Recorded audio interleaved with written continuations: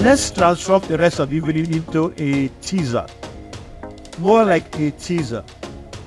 I know we do have a number of themes that we want to reflect upon. But when the Honorable Minister talks about a harmonious melody of our joint efforts, a symphony of change, what she's trying to say to us is, can we begin to envision the next frontier for us? Because Rwanda benchmarks itself against Rwanda. WEF may say that Namibia is number one because of the numbers. We don't agree. We benchmark ourselves against ourselves. So we have two important mechanisms for this benchmarking. We have our census report, and we have our forthcoming National Strategy for Structural Transformation too. So what I want to do is I'm going to invite a few of us for some sharp, quick reflections. You don't need to make a speech. You don't need to have come with prepared notes. Off the cuff is even better. But just begin by envisioning what the next frontier will be for us in terms of gender equality and women's empowerment. And we like to do that looking at some specific areas where we have made progress and therefore where we now want to reach for the skies. And you do remember a couple of weeks ago, we do amazing work in the public sector, but also in the private sector. A couple of weeks ago, Madam the Minister and my brother Max organized all of us together to honor private sector companies that have achieved the gender sales certification. So public and private sector were doing fantastic work. So we now need to ask ourselves a couple of questions. In terms of planning the budget for NST2, envisioning where the resources will come from, how we will allocate the resources, how we will ensure that issues of gender equality and women's empowerment are captured. What would gender-responsive budgeting look like for us in the future? And I'm going to invite my sister to kick off that reflection. But then we want to look at public-private partnership. We aspire to middle-income status by 2035 and upper middle-income status by 2050. To achieve that requires a step change in PPPs, how we work with private sector. And so who else than the godfather himself of trade and commerce and envisioning all the businesses and how to make that happen. So by godfather, you know who I mean. And, you know, they say when our forefathers started the journey for political independence, they said, seek ye the political kingdom and everything else will be added unto you. We know that that's not correct anymore. Now you have to seek the economic freedoms. Seek here the economic freedom and all other freedoms will be added unto you. So the money man, Mr. Moneyman in our midst, who runs the National Bank, will begin to help us to reflect in the future about what it means to have access to finance. And then the accountability. You know, I know it's not easy when people are eating and having a nice choice of wine to expect them to keep quiet. I think that's a contradiction in terms, right? So I am comfortable with a certain degree of chit-chat at the table, so long as we keep it to the lowest minimum. Otherwise, you no longer be eating your food, right? We never eat food silently. We eat while talking because we want to enjoy the food. Okay, so I'm going to invite my sister, Dr. Liberata, to challenge us on the various platforms and opportunities for increasing accountability for gender equality and women's empowerment. And if we say that the private sector is our engine for growth, who better than the chairperson of the private sector to lead us in that conversation? And then I will invite lightning 1-minute reflections from a range of people. You might want to give me a couple of buzzwords about what you think we should do with my sister, beginning from our famous Mama Rose, the one and only, and then DG of our Rwanda Standards Board, and then on CEO Safari Center, and then my sister who leads our Association of Women with Disability, and we end with the Rwanda Men Resource Center. Lightning reflections, 1-minute power show. This will be a 1-minute elevator show. Let's assume that His Excellency the President is in the elevator with you, and you need to tell him in 1 minute what needs to be done differently on the issues of gender equality and women's accountability. I'm going to time you. In 1 minute, you make your pitch to His Excellency the President. So that's how we will start. And I'm going to walk around with the microphone, so don't feel you need to come here. We want to make it a chit-chat as we proceed. So I want to start the experimentation with my sister, Claudine Uwera. This is, yes, my dear sister, the gender responsive budgeting, financing for gender equality, in anticipating of what NST will look like. And imagine His Excellency is now here with you, and you need to make a 3-minute pitch to His Excellency, Mr. President. Thank you for the appreciation regarding our presentation on the voluntary national review report. Thank you again. So it was about implementation of all the sustainable development goals, and it went very well. So you wanted me just to make a reflection when it comes to financing the gender equality through the gender budget statement.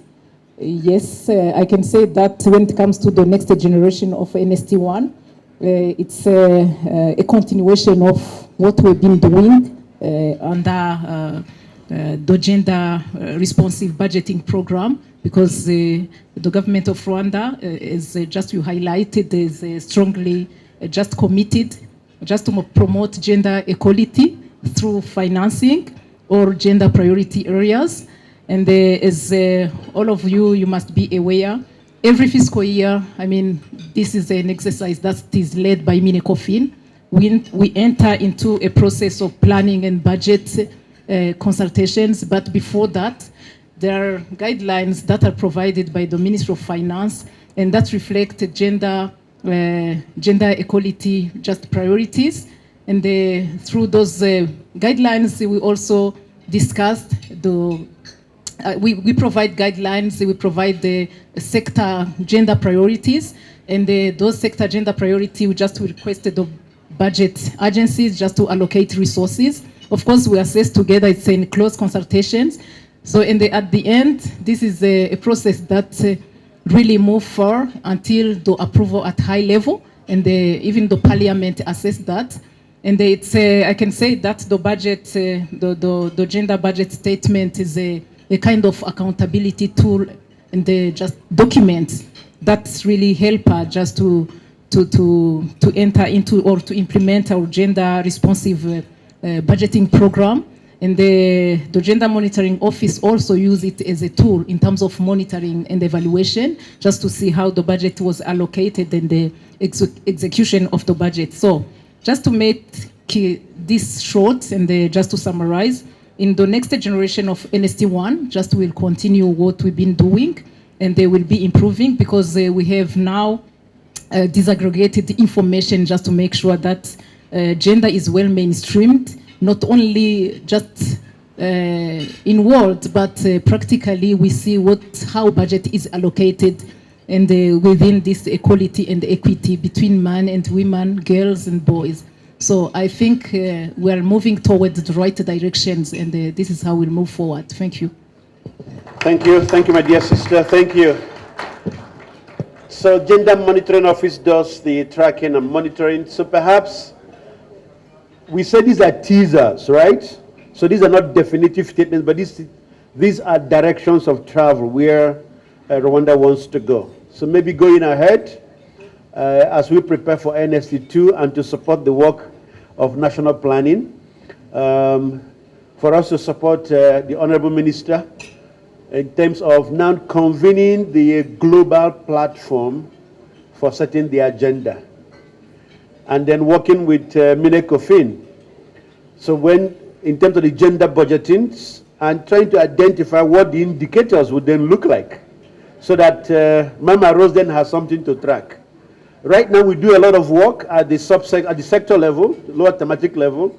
Now, in terms of framing the agenda, let's now begin to have a global platform convened by Ministry of Gender and Family Promotion, where we set the strategic agenda for the year, working with Minecofin, so then there's something to track on the responsiveness. The feedback we are getting that on many issues, on procurement, for example, supporting women-led businesses, issues around water and sanitation, issues around health, energy, data, the statistics to track and to monitor and to report, and go to the last mile where we need to now see where the evidence is. So thank you for getting us excited. Now there's a lot more work for us to do through my sister, Professor Janet, to now work with you to take this going. So we will hold our sister Claudine Uwera to all these promises. Thank you. Okay, let's keep going. His Excellency is still in the room. And my dear brother, the godfather for opportunity, for trade, for industry, for the economic opportunities for women, Dr. Jean Chrysostom Ngabisinze. What will you say to His Excellency the President on how to strengthen the role of women in PPPs, the policies and the strategies that should inform our NSC2? He's listening. I've just dialed him. He's listening to this conversation. As you can see, I can't even put on microphone because of the name you said. So, and then you give me just 1 minute to talk about. You see, I wish that gender issues and equality and inequalities might be just mathematics. 1 + 1 = 2. Because Ecofin is just a formula, mathematical, financial, those things, then the budget is distributed. So let's make sure that our legal basis, they have a gender sensitivity on their writing, and then the implementers have an open mind and open heart to accept the differences we can see along the implementation. So thank you so much. Thank you. I'm actually surprised that he stopped in the time allowed, because he's so passionate about this subject that he could have gone on for 15 minutes like he did last night when we had another conversation on women in agribusiness. So thank you, my dear brother. There's a lot of work to do, but we trust in your leadership to help pave those pathways forward. So now we come to the gentleman who is responsible for all the vault, where all the money is. My dear brother, Mr. John Rwagombua, who is the governor of the National Bank. Everybody says that the problem is access to financing. The requirements for de-risking, for collateralization are too high. And every year, even the specific allocations that the banks have are compelled to make for different sectors are not fully utilized because there's no uptake. So what do we do differently? What do we do now to unlock the financing that women need to be able to become key economic players in our economy? You are a he for she, so I'm speaking to the converted, but give us a teaser of those great ideas that you used to share with us on the golf course. And now we need to move them to the public domain to take them forward. Yeah, thank you. Thank you, my brother. In our early days in school, we used to say that we've been spotted out. When we're sitting an exam, you prepared for expected questions, and then you end up being spotted out. So somehow you've spotted me out, but I'll try to adjust and answer the questions you've just asked. You know, the good thing is we are no longer responsible for vaults. We are responsible for digital channels and all that. Everything is now done digitally. And I'll come back to that vis-a-vis the question you've asked me on financial inclusion. I think the way you structured the question is really good, because we want to go beyond just access to finance as it is, to the quality of this access. What do people do with the access they have to financial services? But still we have to recognize the steps taken or the achievements in the past few years. So when you look at here we are talking about the inequalities in gender, and we want to eliminate all the inequalities in gender. And the focus here is the gender inequality in terms of financial inclusion, the gender gap in financial inclusion, So in Rwanda, we moved from 15% in 2012. The gender gap was 15%. And by 2020, the last time we did our FinScope, we had moved to 7%. So while that is a good achievement, more than half of what we had less than 10 years ago, but the fact is that we're still far from what we want to achieve as a country, which is 100% financial inclusion for all, and that means no gender gap in financial inclusion at all. So one would then think of what do we need to do, or what did we do to reduce this gap. And this also went in tandem with the improvement in gender, in financial inclusion in general, because we moved from, this is formal financial services, not, I'm excluding the informal, because we moved from 68 in 2016 to 77% formal financial inclusion for all. And we saw bigger strides for women financial inclusion than men in those last 4 years. Of course, the ambition of the government was to achieve 100% financial inclusion by 2024. We'll be doing another FinScope next year. That's when we can be able to assess how far we've gone vis-a-vis that target we had given ourselves. So one goes back to what creates this.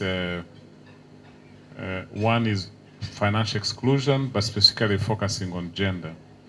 Or on women for that matter, because what we are here, I think the meeting and the conference are really focusing on what we can do to remove all the inequalities, or ensuring equality in all aspects of life.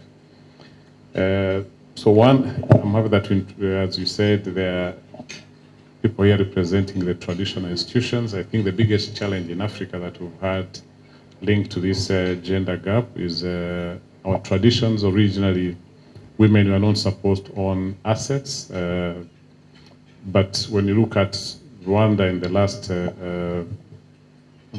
more than 20 years, all those cultural norms have been removed, laws have been instituted that remove the inequalities or segregation between boys and girls, whether it's inheritance of property, whether it's education and all that. But when we look at the realities behind this, when we talk of gender inclusion, also the presence of women in the financial sector, in the financial services, matters a lot. And the biggest challenge is low numbers of girls in the STEM education sector. When you look at, for example, in universities, I think it's about 35% of girls go for STEM subjects, and that affects when you talk of STEM, you're talking of mathematics, there's economics there, so you don't see many involved in the financial sector. And part of what we want to do to promote gender equality in financial services is also to have women represented in the financial sector. The good thing in Rwanda today, we've moved from no women CEO for any bank in the last 6 years to now half of the banks being led by banks. In fact, more to that, the biggest 2 banks in our country are headed by women. And so it's really changing the landscape, and that matters a lot. At the National Bank of Rwanda, we are committed to play our part in removing any gender inequalities, and we start by ourselves as an institution. As you know, we are among the first public institutions to qualify for the gender scale, and that is, there are policies and strategies linked to that. So we want to really ensure equality within our institution and lead by example if we are to influence the rest of the financial sector. But specifically to the financial sector, we've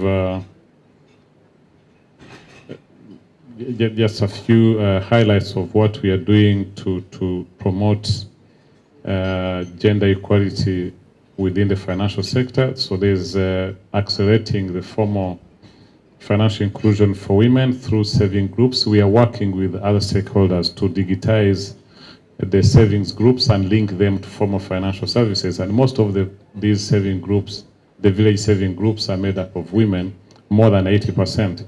And when these are digitized and linked to formal financial services, it's really a low-hanging fruit to bring more women into the formal financial services.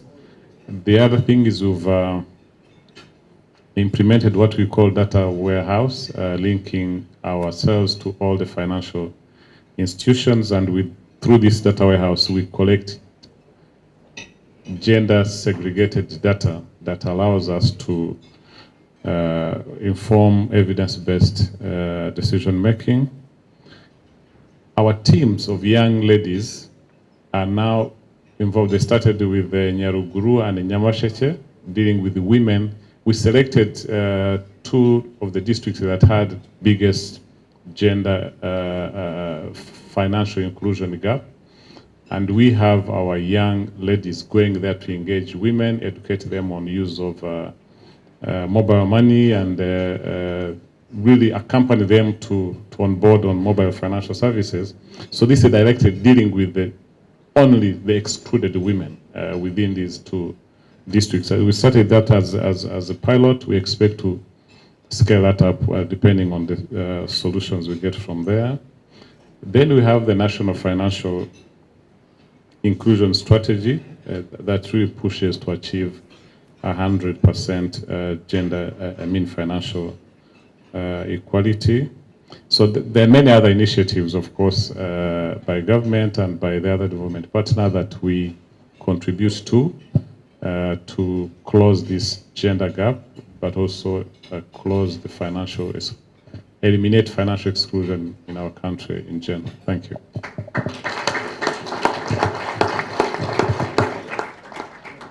Thank you very much, Governor. I think that MICPROF and UN Women should work with your office to document this case study. I think there's a compelling story that can be told of the work of the National Bank, not just internally as an institution and all you're doing to empower women working across levels, using the evidence of the districts where the gaps are the biggest and having targeted action to those areas, but also the oversight of the entire financial system and working with them to establish new benchmarks of what needs to be done. I think my brother Maxim, you've heard it. We want a case, we want a story, we want to tell the Rwanda story. So we will share with you a case study in the next 3 months with a video narrative, animations, interviews, and all of those, the UN system in Rwanda and MICPROF to showcase this particular example that's coming from our National Bank. And then the Executive Director of UN Women is here. So when she goes to all over the world, she can talk about the Rwanda model of financial inclusion and access to finance for women. So we want to give you the ammunition you need, Sima. When you travel, we'll give that video. I make that commitment in the next 3 months. We'll have it ready for you. So you can tell a story.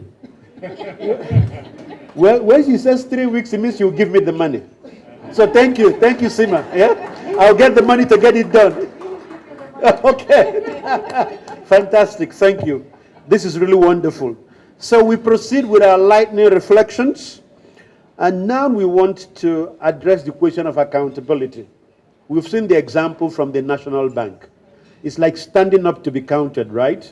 Now that accountability cuts across different sectors, private sector, institutions, academia, you name that. So I'd like to invite the chair of the Profem Tuese Hamwe, my dear sister Liberator Kahongaire, to come share with us some reflection on accountability. So use the microphone and challenge the rest of us, but keep it maximum 3 minutes.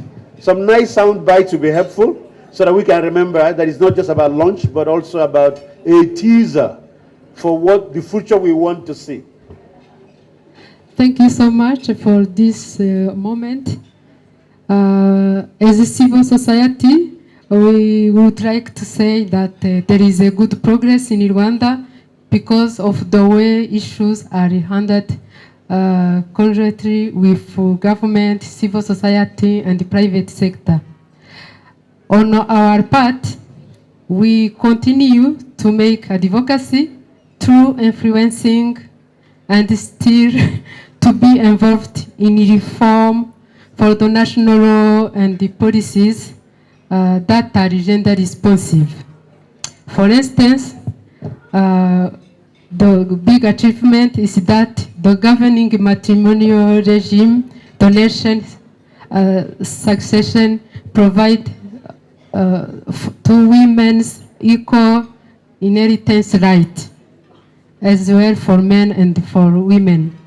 The law governing land in Rwanda that equally benefited both for men and women has been done, and we make also influence to change to the law governing the maternity leave.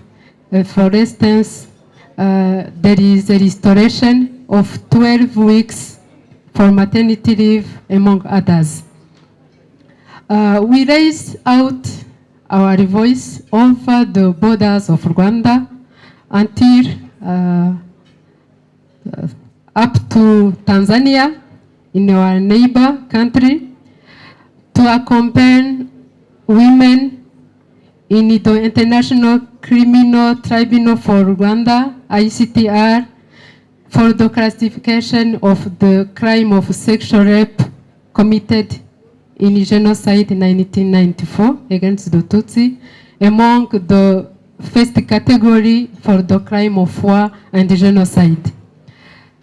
We continue also to enforce the community engagement to make them be accountable through leadership, mentorship program, and we do this with women can do it, and the mentorship program in leadership, which reached out to more than 350 women and girls, thus increasing the number of voice in the decision-making process and at local and the central level in Rwanda.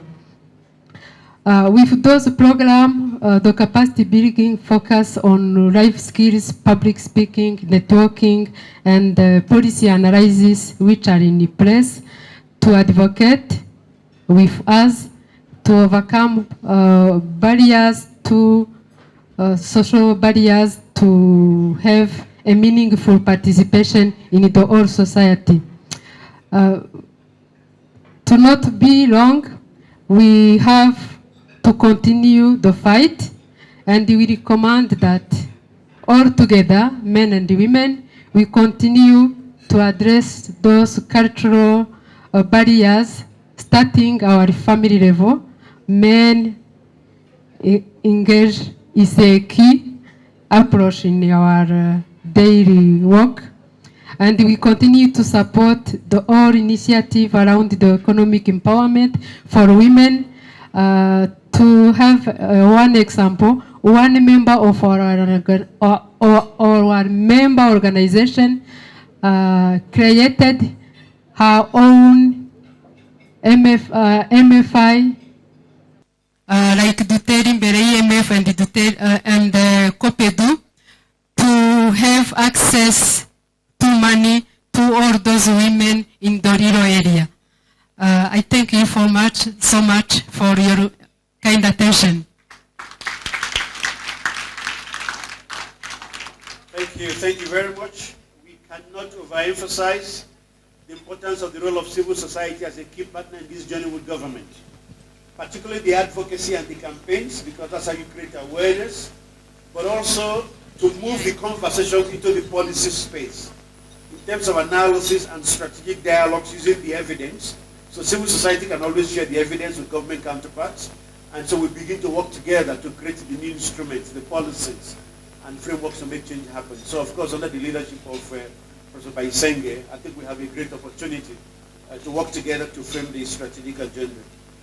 So dear colleagues, in terms of my first level of speakers, before I recognize the last one, and then we'll go to the 1 minute reflections, I want to acknowledge the presence of two colleagues who've just joined us. Madam Christine Steglich is the Assistant Secretary General for the UN AIDS organization. So we welcome you very much.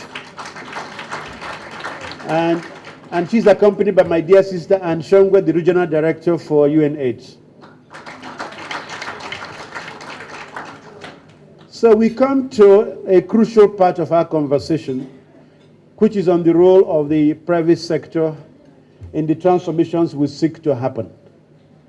And that no economy develops without a lead role from the private sector. So who better to give us a teaser of the direction of travel in terms of where the private sector expects to see itself in NST2, but especially as advocate and champion for gender equality and women's empowerment, than the chairperson of the Private Sector Federation, Madam Françoise Moubiliji. 3 minutes, my dear sister. Thank you. So the private sector, as you said, is the engine of the national strategic for transformation, and the private sector has 64% of the workforce. In this 64%, we have more than 60% being labor force, women labor force. With this, we can understand that bringing the gender equality in the private sector is crucial. It makes sense. We have worked since 2018 on this by developing gender mainstreaming strategy for 2020 to 2024 for the private sector to base on in this development. The private sector has made sure to bring the gender equality in its leadership, where we have 64 representatives in the country, and we made sure to at least meet the requirement of the government of being 30% representation being women representatives. We are happy that we reached that, but we have a long way to go because even if we have that 30%, when it comes to the leadership at national level, it's still a challenge. We are working on it.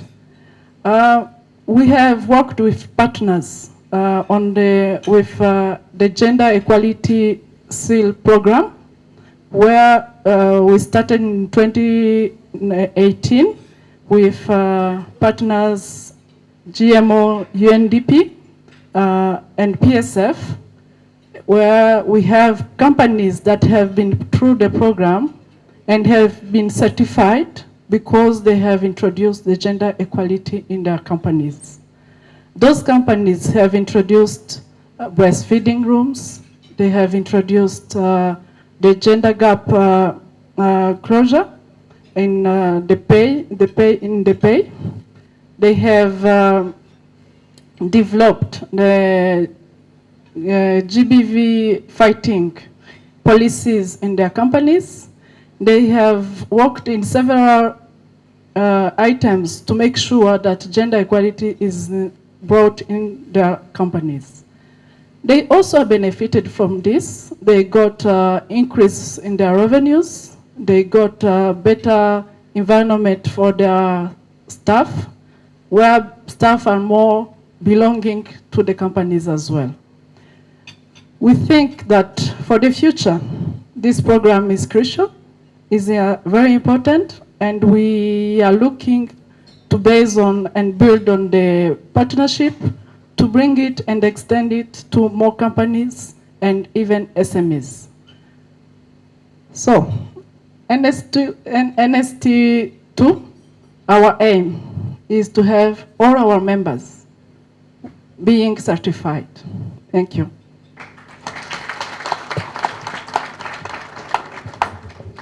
Okay, you have heard it. If you're a member of PSF, take notice. We want you to come forward, work with GMO, UNDP, UN Women, and be certified. And the chairperson raised an important subject, an important issue about gender mainstreaming. Because now that's the new direction of travel. We need to ensure it's embedded in all the work we do, isn't it? My dear friends, I learned a new word today. I learned a new word from the regional director of UN Women. He said, if we don't take care, there will be the risk of gender evaporation. We need to avoid gender evaporation. So this global frame, global architecture, global platform that our sister Professor Kaisenga will lead will ensure that in NST2 we focus on gender mainstreaming while making sure that we don't have gender evaporation going forward. So now I move to the second segment of our conversation, and now I'm ready to move around. I want the mobile microphone. It's a 1-minute power statement by a range of people. Before then, I invite our guest of honor, Madam Tsima Bahus, for her own initial reflections. I'd like to invite a few colleagues for 1-minute power statements only. So I want to come to you where you are, and I'm going to take the mobile microphone. Thank you. That allows us to ensure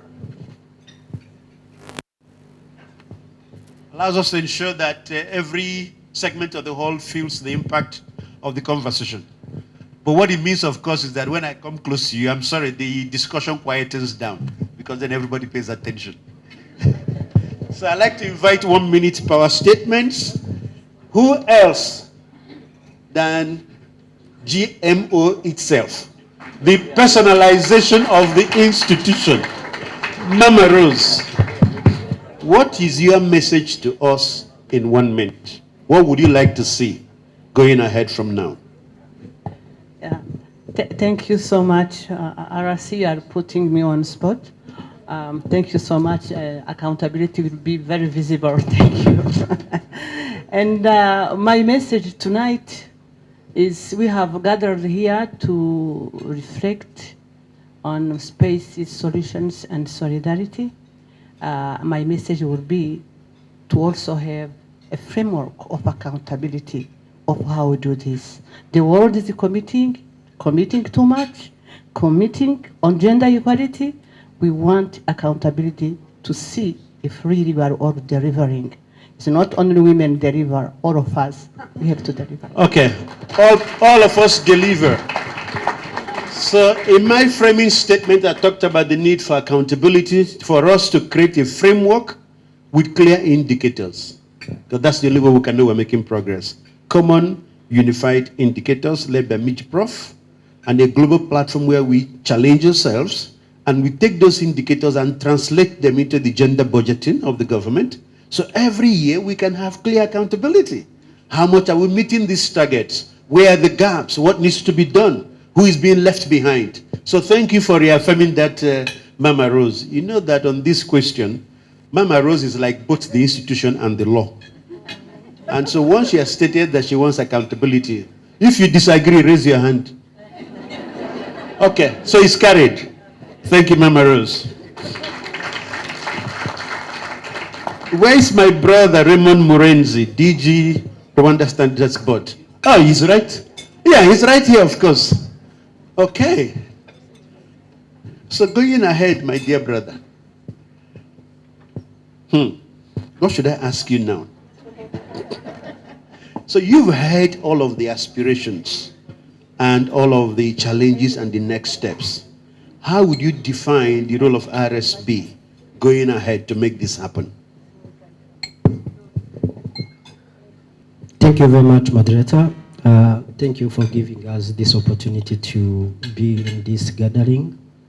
We are aware that gender equality is a collective effort, as said before, and it is in this context that after consulting Gender Monitoring Office, UN Women, UNDP, we've been able to sign a declaration on gender responsive standards at international level.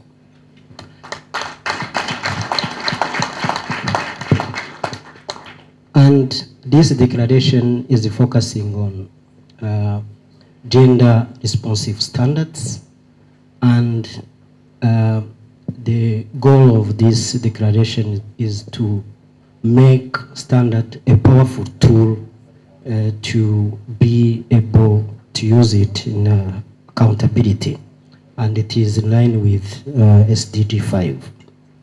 In this context, Rwanda Standard Board developed the standards in line with the Gender Equality Seal, and it is complementing the seal, and very soon we'll be able to use that standards to promote gender in business community, especially in the private sector.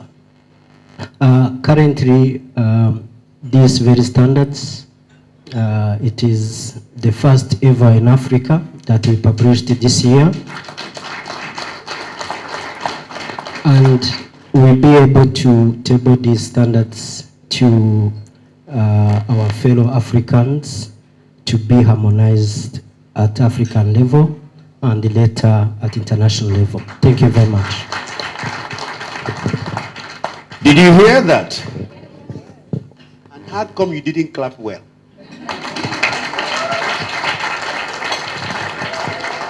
I don't accept this clap. It's not enough. So you would do something different. I don't accept this.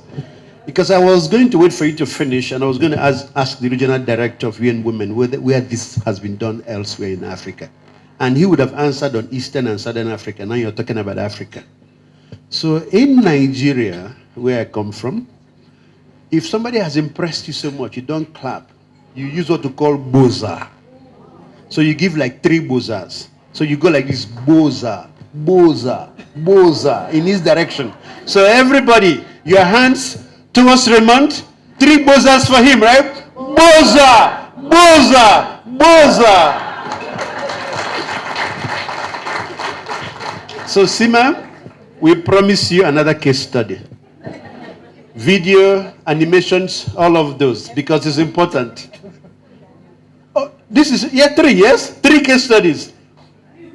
In 3 weeks, it can be done. I promise it can be done, because this needs to be showcased. And congratulations for your leadership, my brother, but also the leadership of colleagues in government for making this happen. CEO Safari Center, Mr. Benjamin Kasamagera. Where is he seated? To be honest, I first of all asked my colleague, what does Safari Center do? So maybe you begin by explaining. And since you are so nicely attired, I think there's, I smell money. I smell money around here. Yes? So you can begin by telling me, I'll give you my microphone, don't worry. Yeah. So what does Safari Center do? And what should we be holding you to account 2 years from now? Thank you. You can sit down, my brother. Can I stand Yes, up? please, of course. Allow me to stand up, because in private sector we are not used to be so quiet. Thank you very much. No, Safari Center is a Rwandan company which is invested in manufacturing, international trade and services. I said so. I smell money. So the reason why I requested to stand up is that I want to thank some people we made this journey of gender seal together. Because I think I start by briefly talking about my story, because when the gender seal started in private sector federation, I used to be the chairman of board of the private sector federation. And so there are some people we started the story with in private sector, which I wanted to thank, because they made me rich and they made private sector rich. By the way, for people who are here in Kigali for the first time, there are so many policies in this country which can make you rich. Very much true, I can testify. And one of them is the one we are talking about now, and I can testify. So that's why I standed up. So, Madam Chief Gender Monitor, commonly called Mama Rose, thank you very much. Madame Fatou, we started also together. She was then UN Women representative. And there used to be your predecessor, Mr. Rodriguez, who was here. We started with them as partners. When the program started with us, it was then in 2017. They tried to do it through our chamber, our women chamber, but it didn't take off. So then they said, why don't we go to the chairman? So they came to me, we talked, so I said, come on, this is another policy, public, which concerns more public than private, because in Rwanda, we are widely exposed to gender, we know what is gender, we think we know, but we do it informally in our companies. So then that's when we started working intensively with GMO, women, UN Women, and UNDP. So myself, I was very reluctant because I was saying, my colleagues, maybe, is this really for them? We are going to be polite, we are going to obey because of saving our interests, but, so that's how we start. But then, as they say in French, l'appétit vient en mangeant. By talking to them, having those meetings, I started to open my eyes to be convinced. Then, in formal way, I think we started. Yeah, I will come to that. In 2019, that's when we started really to get into, that gender seal in a scientific way. That's when some companies were selected, and we had GMO approaching us, telling us how to do it in a scientific way. And that's when our companies started. The first companies which were elected, I think there were about 10 or 20. That's when they started to learn. It's a course. How to do it in a formal way. That's when companies, that's why I tell you, that's why I stand up in front of everybody to tell everyone that it makes money. And that's what we are running after. Every time in the private sector, when we wake up, we are running after benefit, making money. This is one of the strongest tools which can make you make money. In my company, when they started, our revenues, we more than doubled them. But not only that, it's not only making money, it's the atmosphere that it creates within your company. Because who can deliver if he is not equally treated? No one. Or we'll fake delivery, isn't it? True delivery comes from equality treatment, whether women or men. So this is the environment which has been created in my company. Now I can stand up in front of you, trusting that my lionesses, I call them my lionesses, the women in my company, because they guard my company, they own my company more than I own it. They protect it like they own babies. So that's how we can progress and make. So that is in short, but to conclude, I will really ask the both partners on UN side, on the government side. Maybe the Minister of Finance, the State Minister of Finance is here to support more. The one we know mostly is GMO, support her more. So that they reach out cannot only be in corporate companies, in big companies, but it can be downsized to all, if we can reach, all the business communities. And to my peers, to my colleagues in private sector, in business community, I will not only ask them, I will beg them, please apply to Gender Equality Seal. And then we will see. Thank you very much. Thank you. Thank you. Thank you very, very much. Thank you.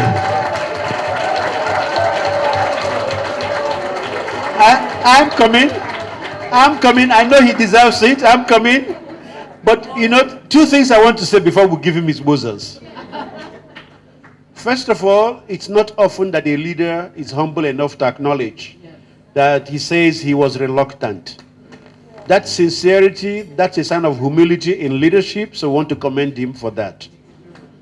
The second is that most times rich people don't accept they are rich.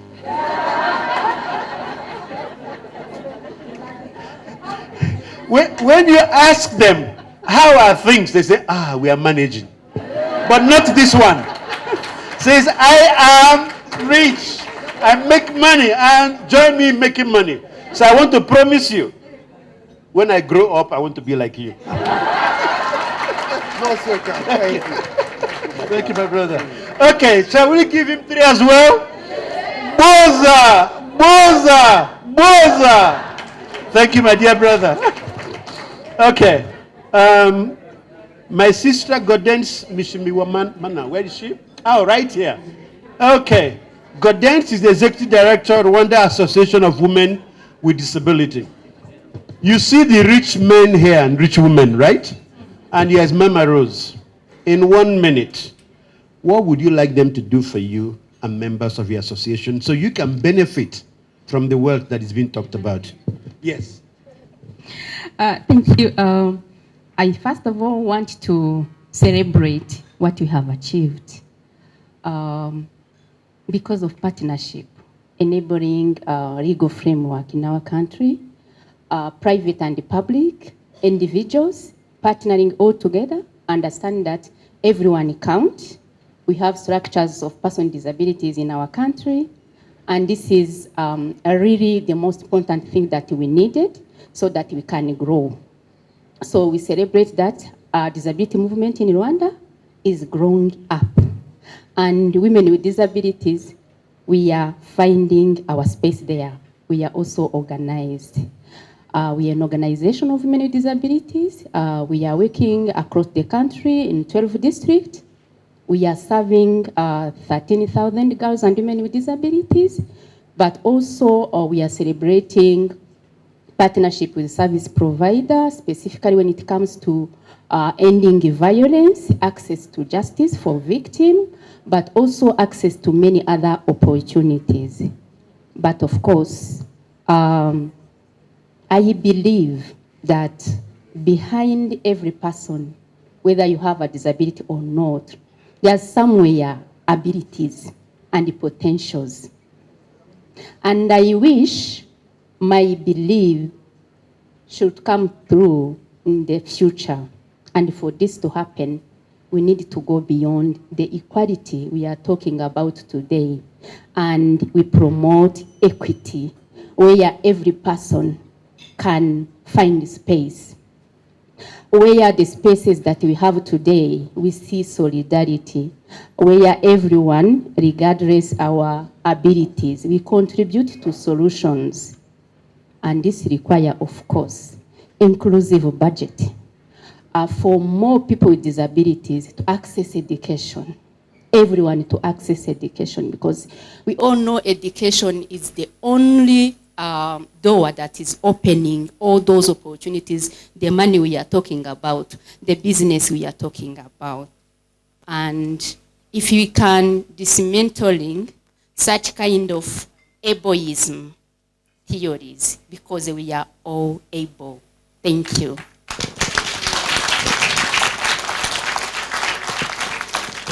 Very well said. It's all about equity, because each of us needs to have a sense that we have a stake in this common enterprise called Rwanda, called Africa. And if we have a sense of stake, then we are very much inclined to seek to protect it, to harness it, and to run with it. So thank you, very well said. Yes, okay, Boza for her, of course. Shall we go? Boza, Boza, Boza. Thank you. I have just one last person on my list, and I know that many people here want to say something. I do apologize that it will not be possible, because many of you have 7 o'clock meetings tomorrow. Sima has to catch a flight tonight. And so we need to give opportunity also to meet with her team from UN Women here in Rwanda and to get ready for her flight. And I want to say to you that this conversation is just beginning. So you will get your bozas at the right time. So don't worry. Where is my brother Jean Bosco Rudasingwa? Oh, you are right here. Okay. Rwanda Men Resource Center. Look around, how many men are here? We are not the minority here, right? We are not the minority. We are the men engaged. We are he for she's. We believe in this agenda, right? So what do you have to say to us, my brother? In 1 minute. So thank you very much for allowing me this opportunity to express my gratitude. And as Rwamurek Zirwara Men's Resource Center is a non-governmental organization and a feminist one. We are a feminist organization and we are a member of Profame Twese Hamwe. We work closely. So what I want to note, first of all, is just to mention that together we achieve and together we deliver. Because look at our partnership with the government of Rwanda, partnership as with private sector, we as civil society organizations, we can confirm that everything Rwanda has achieved, it came from this partnership. And this is what we always keep up to make sure the same way we are going on, we will be really help us to reach where we want to reach. Now, what can I mention again is that we, as Rwamurek, we are very happy. Everything we are saying about women empowerment. So if women are being empowered, but we don't consider what we call unpaid care work. If you don't engage men in unpaid care work, yes, women will touch money, but will not produce much more. If we don't, we as men, we are not engaged in maternal health and child care, we will not achieve a lot. So we want to make sure where we are, we work closely as men and women to promote that togetherness. Again, I'm very happy as a Rwamurek representative that in our gender policy, there is a one. We have engaging men and boys as one of the thematic areas that are really characterizing that gender policy. So from this, I would recommend, we are happy we are together with the people from private sector. We are happy with the government officials, with everyone here. So we want to make sure we are engaging men in our institutions to make sure women can deliver. Thank you very much. Thank you. Thank you. You've raised some crucial issues that are important in Rwanda. So I want to be looking at all the men in the hall before I ask my question. How many men here have boiled an egg in their homes? How many men here know how to boil an egg? Boil an egg, how many men? 2, 3, 4. Even you that are leading, if you are convinced, raise it properly. Okay, that's good. You know why I'm asking, right? How many men here who are married have changed their baby's nappies? Okay, so there's work for us to do, right? So when you talk about trying to address the issue of unpaid care work, done mostly by women in Rwanda, and to get our men to recognize it doesn't reduce who you are. It actually makes you a stronger person when you help out in the housework, you change the nappy, you do the cooking. Because the truth is, for those who live abroad, who live in the United States, there's no house help, right? We have plenty back home. You do the cooking there in the United States and Europe, right? You change the nappies, because she might be the one that brings the money home because she's a nurse or medical doctor or professional. So we need to work on the social norms with men in Rwanda, because it's almost like a sign of pride that my brothers come home and put their feet up, and my sisters come back and get to the kitchen and they've had busy work to do. So part of the accountability has to be to get Rwandan men socialized to the fact that it's cool to help us in the home. It's cool to cook. It's cool to look after the kids. If you doubt me, I invite you to dinner at my house. I'm a great cook. So Sima, before I come to you, I just want to engage one more person, I hear you have a regional director from South and Central America. So I want to come to you. I know I haven't given you advance notice. In 1 minute, you've heard the fascinating Rwandan story. What will you take away from here that will be useful for you when you get back to your region? Okay. I think I will clone the president and all the ministers and also the private sector. We need more of this in Latin America. So congratulations to the Rwanda government and the Rwanda private sector. This is an amazing, amazing story.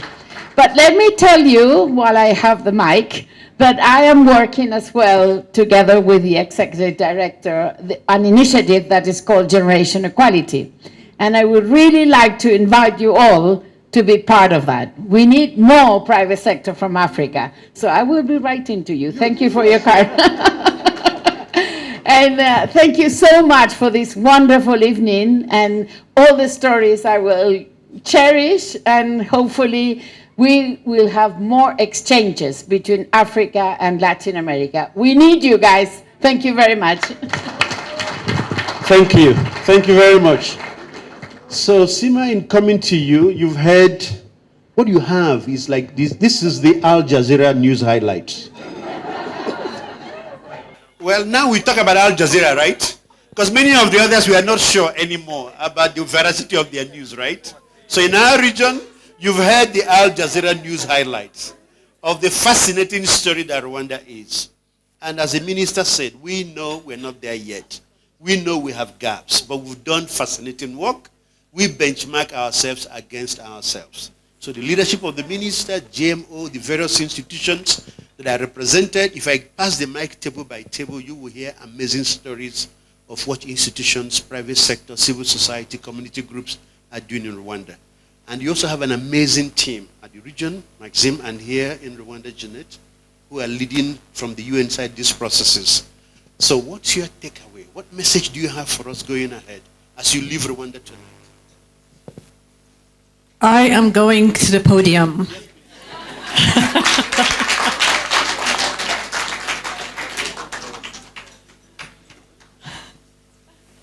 Well, I used to be a journalist, not on Al Jazeera, because when I was a journalist and a TV broadcaster in my country, Al Jazeera was not born yet, so I'm quite old.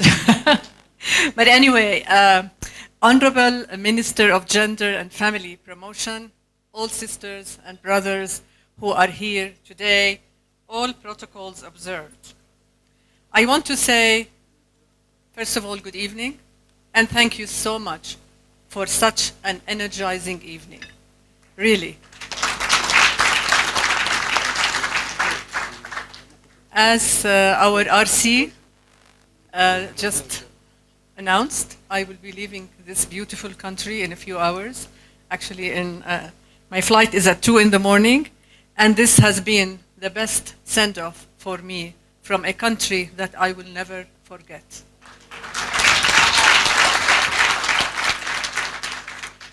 I want to thank you for sharing your views this evening, for sharing your energy, for sharing your harmony, for sharing the symphonies that Rwandans have showed us throughout these 3 days where we have been here.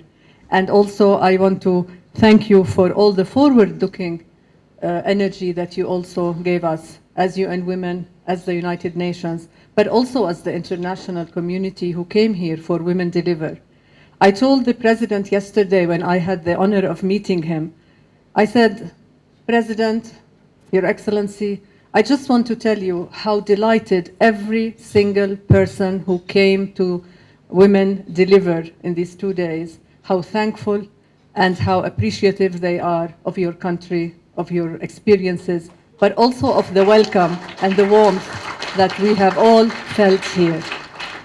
And also of the seamless processes of the conference itself, and also, of course, the success of the many sessions that had already started and taken place. So thank you again, Rwanda, for a wonderful time that we have had here.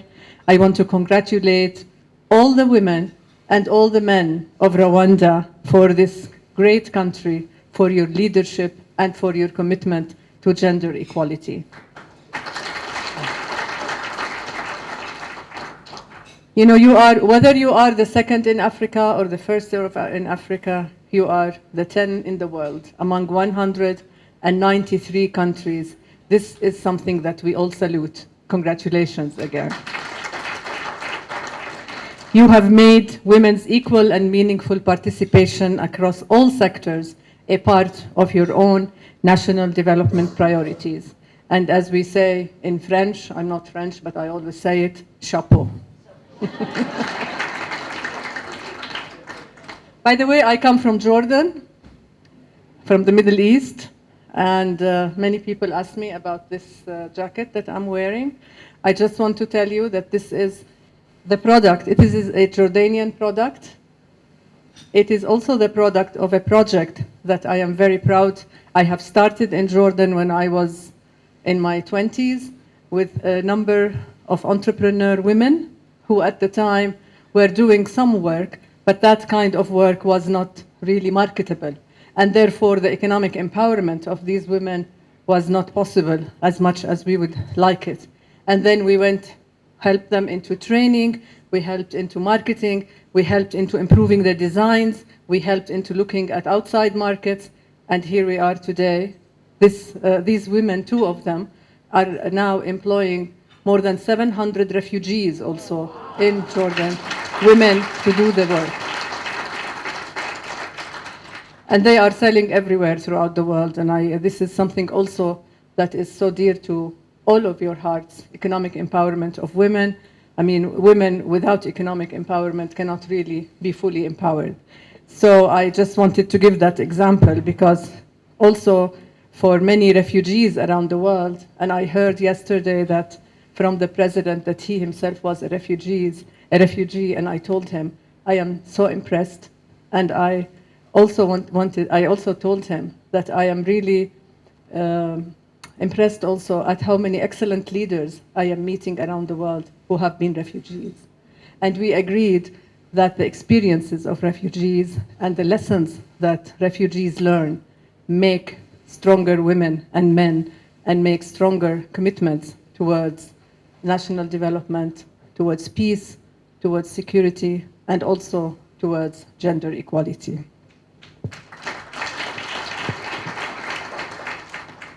I also want to say that Rwanda inspires us globally as well on the commitment to bridging the gender gap in technology, including through your leadership on generation equality, Action Coalition Technology and Innovation for Gender Equality. And this is really very impressive, what you have done. And also I want to say that to ensure you are working towards ensuring that 100% of women own phones. This is important. And that also you want all female-headed households by 2026 to own mobile phones, and you want to double the number of women who use digital financial services. I applaud this leadership, and I think that you are on the right track. And as was mentioned just now in the conversations, now I have a story to tell. It is the story of Rwanda.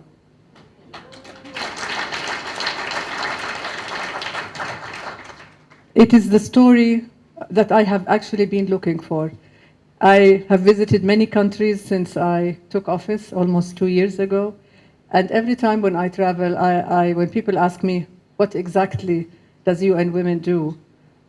For each audience, I say something different, depending on my state of mind, depending on the country, depending when I have landed, depending what we are doing, it depends.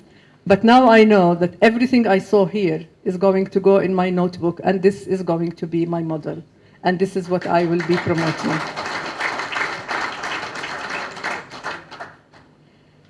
I'm not going to say much more, except I want to thank you all.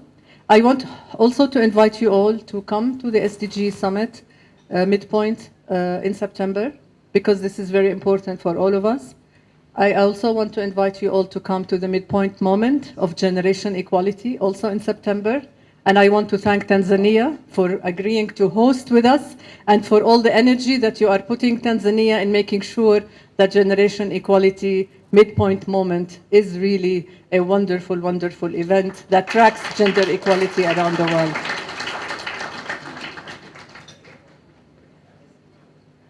I'm not going to talk to you about pushback because I think you all know it. I'm not going to talk to you about the ills of the world. You all know it. I just want to say that please keep going. Please count on us, that we will continue to help you as UN Women, as the UN family. And please allow me to thank the UN family here under the leadership of the resident coordinator, my good friend, Ozonia, our great, oh, there you are. Why are you standing here?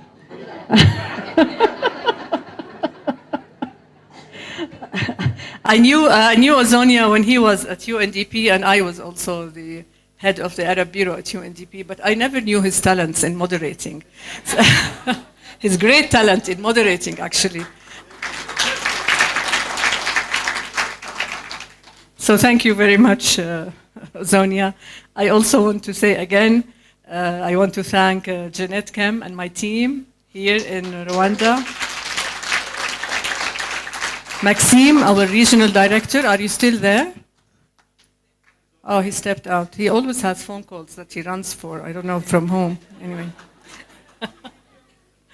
And I also want to thank the whole team of the UN family here who supported the realization and are supporting the realization of your national development priorities.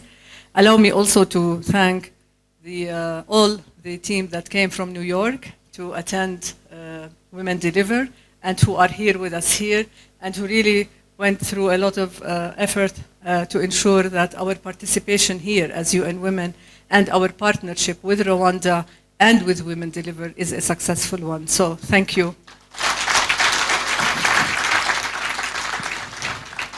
In closing, I would like to express again my deep gratitude to the government, our implementing partners, to women leaders, civil society organizations, the private sector, for your unwavering commitment and dedication. For the private sector, I say, don't forget that your money counts.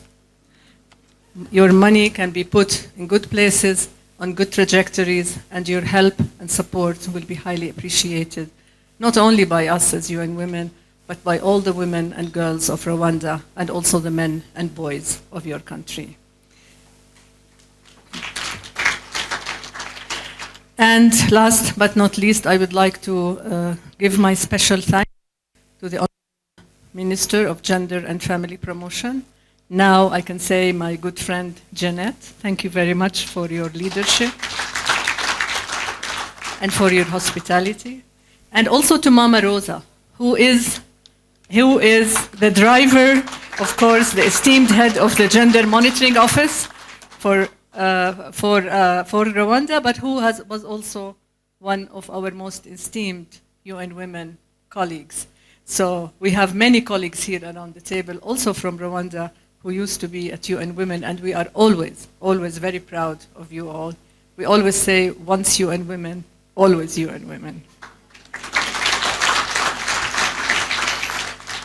So together, I think the last intervention said that together we can achieve. So I say yes, together let us continue to work to reach the limitless skies for women and girls and for men and boys of this beautiful country and this wonderful continent. And I thank you so much.